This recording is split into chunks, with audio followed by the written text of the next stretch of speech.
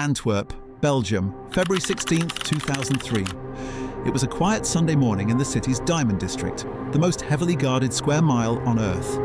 Inside the Antwerp Diamond Centre, 4 floors below, sat a vault said to be impenetrable. That morning, a guard made his rounds. He walked the fluorescent hallway, badge in hand, and unlocked the vault door, something he'd done countless times before. The lock clicked. The door opened. At first, nothing seemed unusual, but when he stepped inside, he froze. The vault was in ruins. Safety deposit boxes ripped open, trays scattered across the floor, almost everything gone. And then it hit him. This was no ordinary theft. This was a $100 million diamond heist. But a far more disturbing thought came next. How do you rob the world's most secure vault without leaving a trace?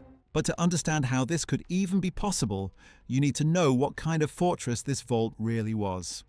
4 floors underground, sealed behind a steel door with a lock containing 100 million possible combinations.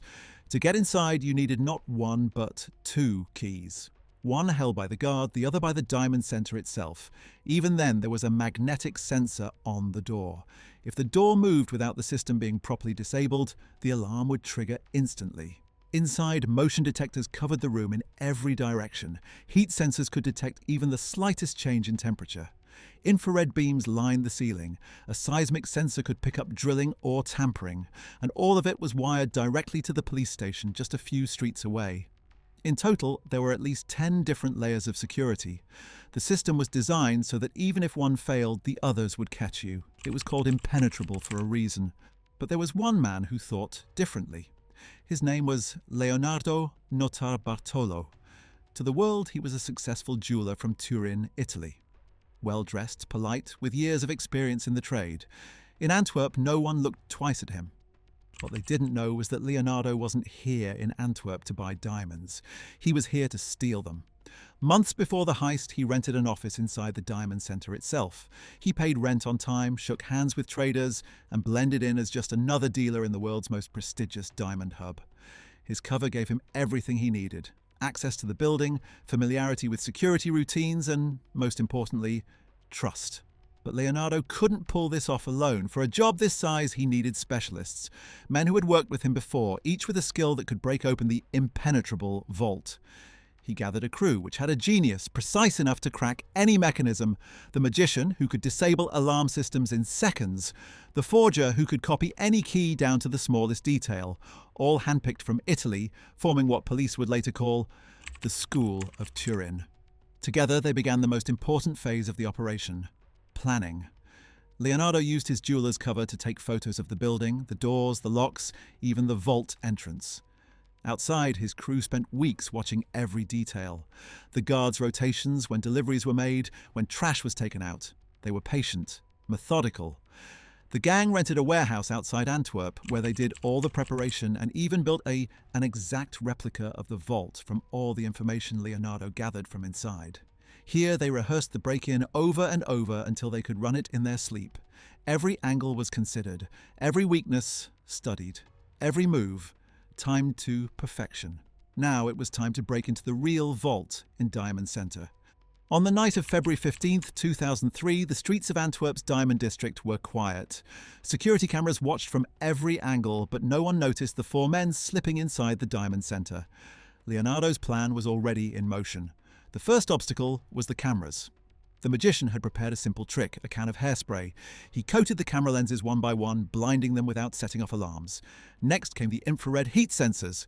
A normal body would trigger them instantly. But the crew had built an ingenious solution: homemade aluminum shields held in front of their bodies to mask their heat signatures. Step by step, they slid past the detectors undetected. Then came the motion sensors in the hallway. These were trickier. The genius had discovered that if you moved at a painstakingly slow pace, which is millimeters per second, the sensors wouldn't detect movement. So, one by one, they inched forward, taking nearly half an hour just to cross the corridor. Finally, they reached the vault door, a massive steel barrier with a combination lock, a magnetic field sensor, and a time lock that was supposed to make it unbreakable. The King of Keys went to work. Earlier, Leonardo had secretly filmed the vault lock during business hours, allowing the forger to replicate the guard's master key with microscopic precision. Now he slid it into place. Click. The lock turned, but they weren't inside yet. They still had to bypass the magnetic field.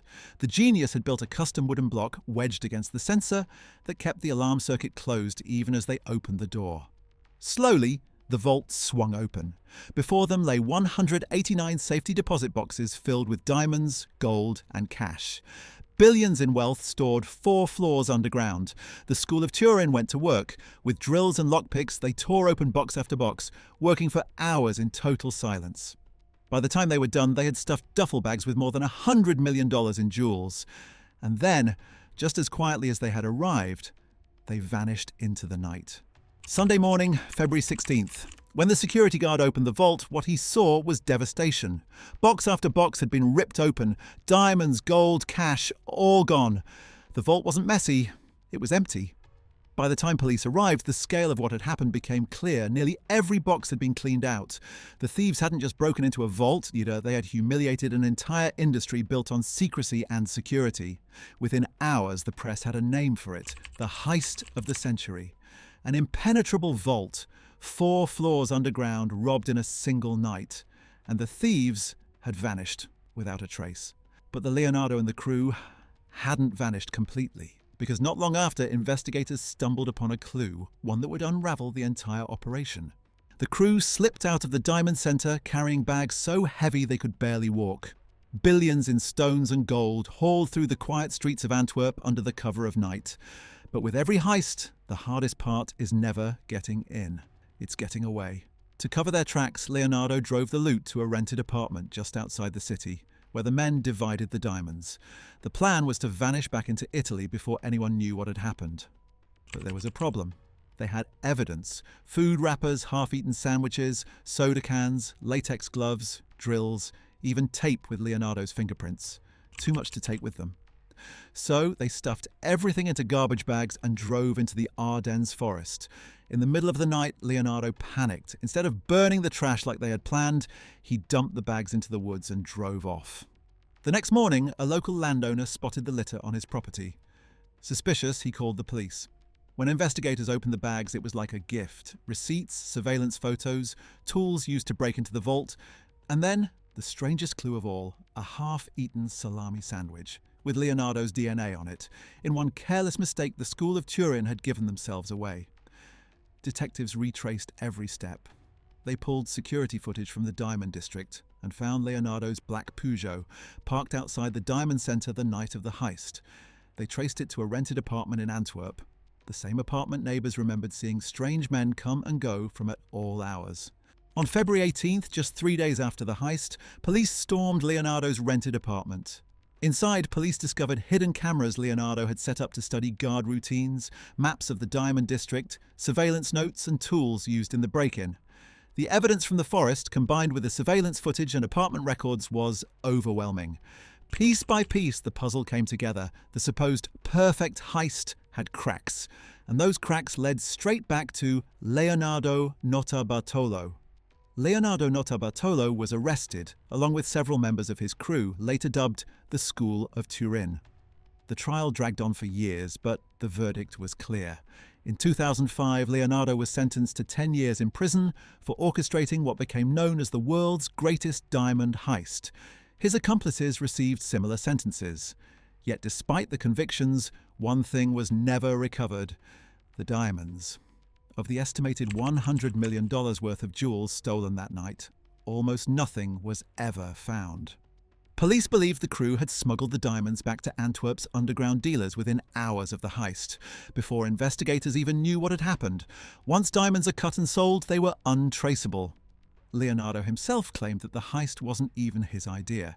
He said he'd been hired by a mysterious diamond dealer who wanted to stage the robbery for insurance fraud, and then set him up as the fall guy.